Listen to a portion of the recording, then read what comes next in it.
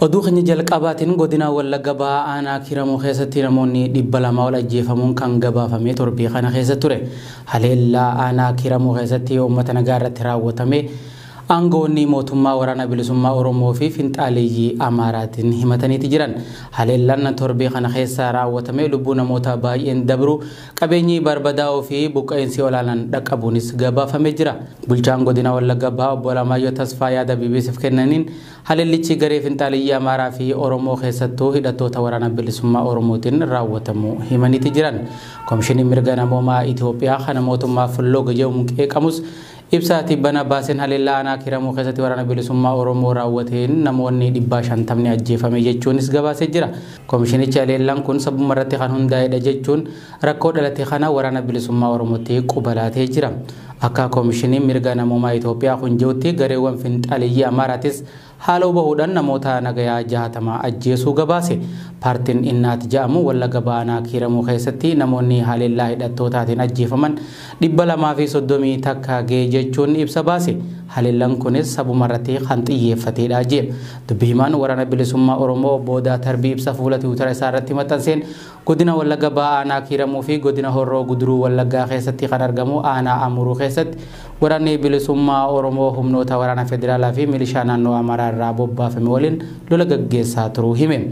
Obbo Tarbii humni waraana mootummaa dirree lolaa irratti moohame manneen jireenya namoota 100 ol gubuu namoota nagayaa bakka ukkee qarsaa jaamutti ajjeesuullee hime.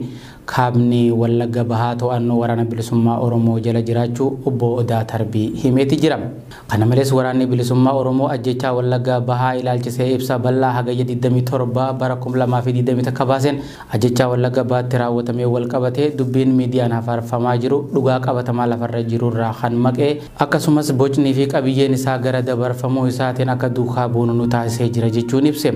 Jalqabatti haalli Wallagga Bahaa keessa jiru haalota yeroo dabre keessa Horroo Guduruu fi Wallagga lixatti uumamanii turaniin adda ta'uu hubachuun barbaachisaadha kan jedhe ibsi waraana bilisummaa Oromoo irraa ba'e. Godinoota kanneenitti tarkaanfinsuu kanneessan qindoominaan milishoota mootummaa fi humnoota addaa Oromiyaatiin dhalattoota Amaaraa irratti fudhatame. Waraana bilisummaa Oromoo itti yakkuuf akka ture eere mootummaan naannoo Oromiyaa fi mootummaan federaalaa Itoophiyaa dhimma lola Tigraay irratti waan muddamaniif duulaa fi tarkaanfii bifa jijjiirratee fudhatamu dura dhaabbachaa turuu cinatti tarkaanfileen kunis yeroo fudhatame eenyu akka itti gaafatamu akeekaa turree jira ibsi waraana bilisummaa Oromoo kun.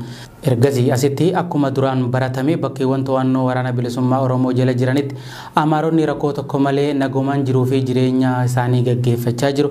Kanaafis akkuma dursinee himaa turre san boodas irraa deebiin yaadachiisuu itti fufuudhaan antummaa haqaaf qabnu mirkaneessuun dhaabbilee walabaa dhimmoota kana ilaalchisee qorannoo akka taasisan ni barbaanna. Dhugaa qabaachuu keenyas ofitti amannaa jee. Haala Wallagga Bahaa ilaalchisuun milishoonni Amaaraa haala leenji'an baay'inaan toorasan waggaa dabreerraa eegalee seenutti jiraachuu isaanii quba qabaachuu kan eere ibsi waraana bilisummaa Oromoo kun humnoonni kun addatti kutaalee Bahaa Wallaggaa kan magaalaa Naqamtee fi Laga Abbayyaa lama jidduu soso'aa akka turanis ibsee jira.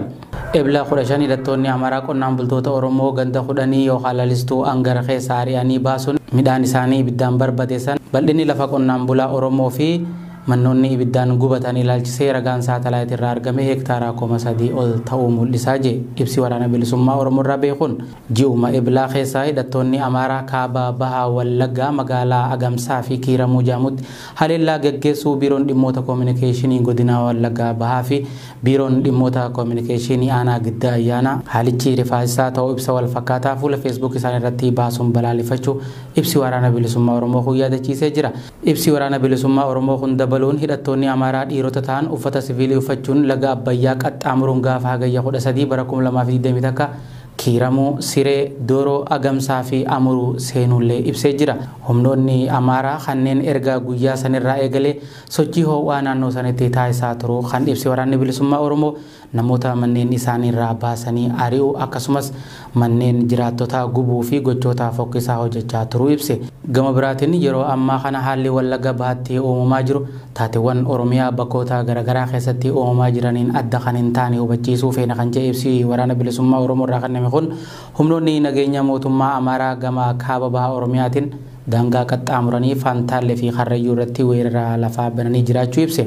Ilmaan Oromoo Karrayyuu fi humnoota nageenyaa Amaaraa jidduuttis lolli ulfaatan adeemsifamaa jiraachuus dachii Oromiyaa keessaa kiiloomeetirri baay'een fudhatamullee ibsee jira. Waraanni bilisummaa Oromoo saba yookaan uummata kamillee akka diinatti hin fudhatu.